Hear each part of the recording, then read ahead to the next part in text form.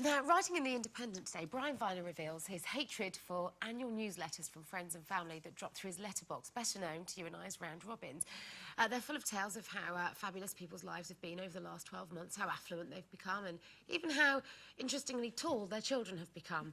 So, is sending a round robin review of how well your year's panned out a self-indulgent gesture or welcome news? I personally, well, I just...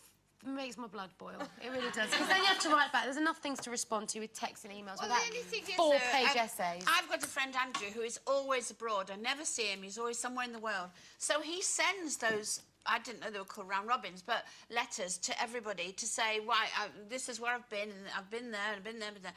And so I know what he's done in the year, you know, because I don't really keep contact with him, so it's really nice to know where he's been. Well, that's fair enough if he's travelling, because he's keeping in touch with people back home. No, but these not are from if people you're up the road. Oh, no, not if it were my next-door neighbour, I'd find it a little bit disturbing. Yes, but she was sending me a letter to tell me what she'd done all week. Well, yes, exactly, but it's also, if it's real detail, like my child's grown an inch or something, then people that want that amount of detail in your life, presumably, I would have thought, you're in contact with anyway.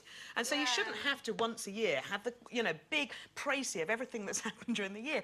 If there's an announcement or something important that maybe you want to tell the people that you're only doing Christmas cards. I did once, and it was a Christmas card thing, was the year that I separated, because I thought I either let them guess why it just says from Rachel and Molly, or I put a little sort of, note in it saying, by the way, sadly, this happened this year. And that's the only time I think if it's an announcement, either good or bad, that's okay. Yeah, but that's right. You've got some actual content there. There's a book out. This is how enraging these things can be. Somebody's actually cobbled them all together, and he's put a book together on them.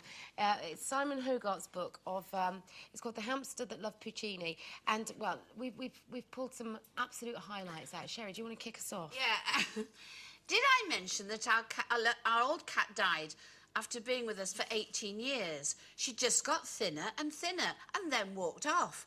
We never found the body, and the boys and I had meant to carry out an autopsy.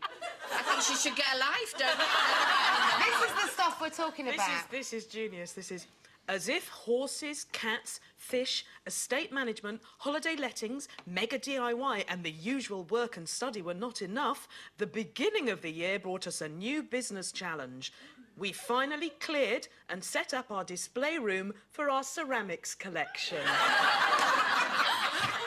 Right, this one is about Barry.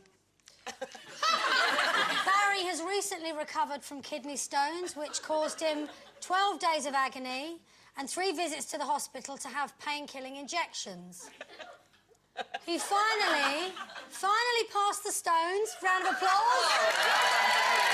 And lots of gravel, and he's back to his old self again.